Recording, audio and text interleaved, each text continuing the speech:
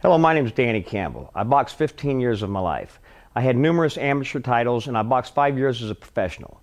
I had a professional record of 15-1. As a referee, I've refereed thousands of pro fights, including heavyweight championships of the world on HBO. Before suffering a career-ending knee injury in the ring, then I turned to ring announcing and promoting fights all over the country. I've been involved in the sport of boxing for 37 years of my life. I've had the opportunity to experience lots of trainers and different coaches along the way. Today I'm going to share with you the aspect of boxing which I consider the most important, your defensive skills and techniques of defensive boxing.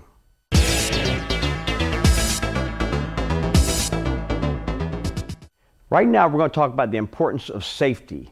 We're going to talk about supervision. I think it's very important that when you're working defense, you need a trainer with you at all time for two reasons. One, to keep the action from getting too spirited, and second, keep reminding the fighter to keep thinking. When you're working as a defensive fighter, you got to constantly be thinking about what you're doing. Right now, I'm going to show you some of the equipment that we use when we're working defense. First and foremost, I think the fighter should wear his mouthpiece. A fighter, when he trains, should have this mouthpiece in from the time he starts shadow boxing to the time he takes a shower.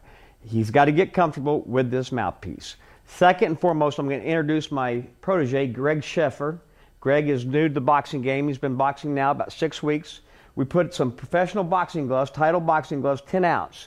I prefer my fighters to wear these when they're working defense, because this is what they use when they're in the ring. I want it to be as close to live action as possible.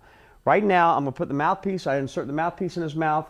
I've got Greg that feels good and comfortable. I've got him in equipped, and we're going to work on how to defense against the left jab. But before we start that, there's a couple things I want to show you. What I really think is the most important thing about the fundamentals of boxing is your stance. Greg gets in a stance. As you know, he's a right-handed fighter, so he's obviously got his right leg in back. He's got his left leg up front. He's on the balls of his feet, gives him good mobility, and he's got a little bounce to him. Right now, I have my fighter bend straight down, Greg. I want you to bend down. That way he can see if his balance is good. Go down. Stay there. If he's there like that, and if I can push him off balance, he needs to then rearrange his stance a little bit. Now go down. Now there you go. Now he's fighting me, holding me back from pushing him. That's the most important part. Then I put my fighter in a peekaboo style. That's with both hands on the cheekbones, elbows in, relaxed position. Very important when you're working defense that you're not tight. If you're tight, your opponent's going to be able to draw you off bounds, out of bounds, offsides, make you commit, and then he's going to counterpunch.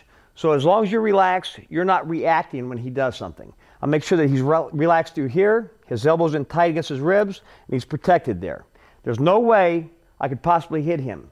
Right to there, right to there. If I go to the midsection, he just brings that elbow in. If I try to come around the top, he's got me there, he's got me there. And if I try to throw a jab, he's going to be able to parry that jab, which I'm going to show him how to do right now. When I'm working on the left jab, I have my fighter drop his left hand and rely solely on blocking the left jab. What I like to work with as a trainer are these catch and throw mitts by Title. Excellent for trainers that are going to be active, and I think the only way you can teach defense is by getting in there and working your fighter. Remember, defensive moves are like offensive moves. They're moves that you don't think about, you just react. The more you do it, everything is repetitious, so the more repetition you do, the quicker it becomes set in your mind. If you have to think about defense, chances are you're going to get hit. So what I start with is the left jab. He's got his stance, he's got his weight proportioned right. Now as I throw that left jab, I want him to come right in front of his chin and catch it as if it was a baseball coming, and he had a baseball glove and going to catch that right in front of his chin. I always start everything half speed. Let's work on the catch this left jab. Catch it. Now I want you to throw a left jab at me. I'm going to show you exactly how to stop it. Throw it. Stop it. I want you to put it up there and stop it. Throw it. Throw it with a little intensity. If I let it go, now try to hit me right there in the chin. You can catch that jab right there. Don't get in the habit of going over here, because if you go too far, you got to bring your hand back. The key is, if he feints me, and you feint a jab at me, and I accidentally go for it, I can still put my hand back before he can throw that punch.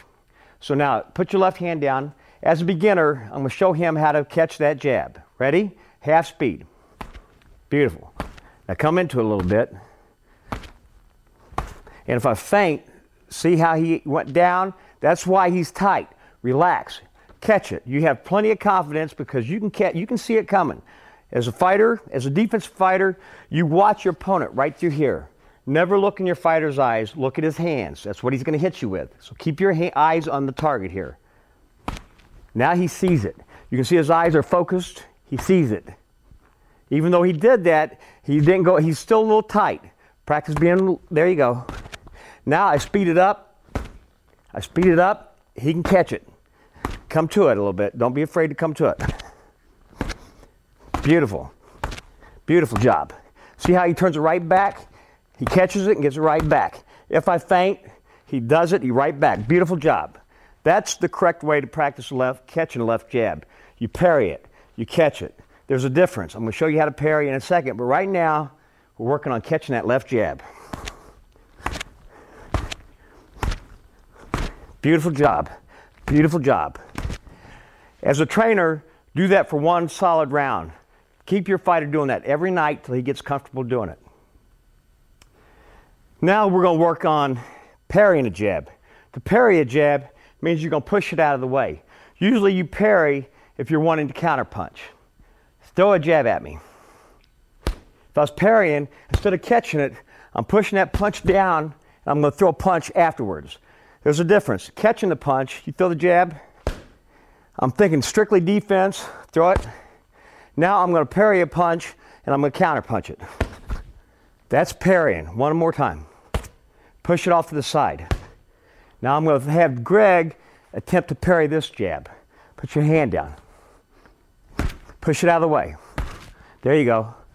Push it out of the way. There you go. Parry it.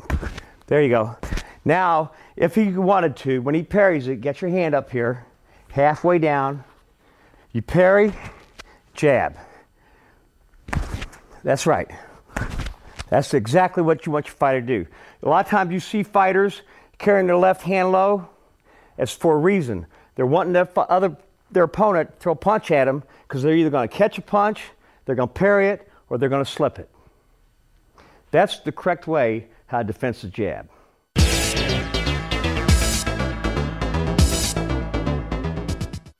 Okay, we've talked about defending the left jab. We kind of how to catch the jab, parry the jab, slip to the left, slip to the right. Now I'm going to show Greg how to block the right hand. Several ways to block a right hand. You can catch a right hand with your hand. You can slip inside a right hand. You can go to a right hand, make it miss. You can catch a right hand with your shoulder, or you can spin off a right hand. We're going to work on all those drills right now. First and foremost, I want you to catch the right hand. Keep this hand down.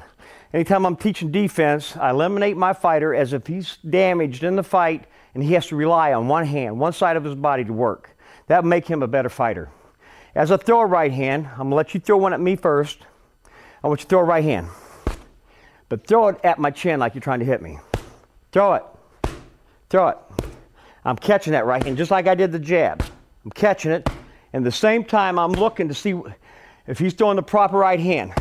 I'm seeing if he's telegraphing it, making any mistakes. In fact, I can catch the right hand, throw it. Just by seeing it out of the corner of my eye, I can catch it. Throw me at the chin. Actually try to hit me. That's right. Now we're going to work on catching the right hand with the shoulder. This is a very risky and great move, great defensive move. You see a lot of Philadelphia fighters, East Coast fighters, fight with their shoulders.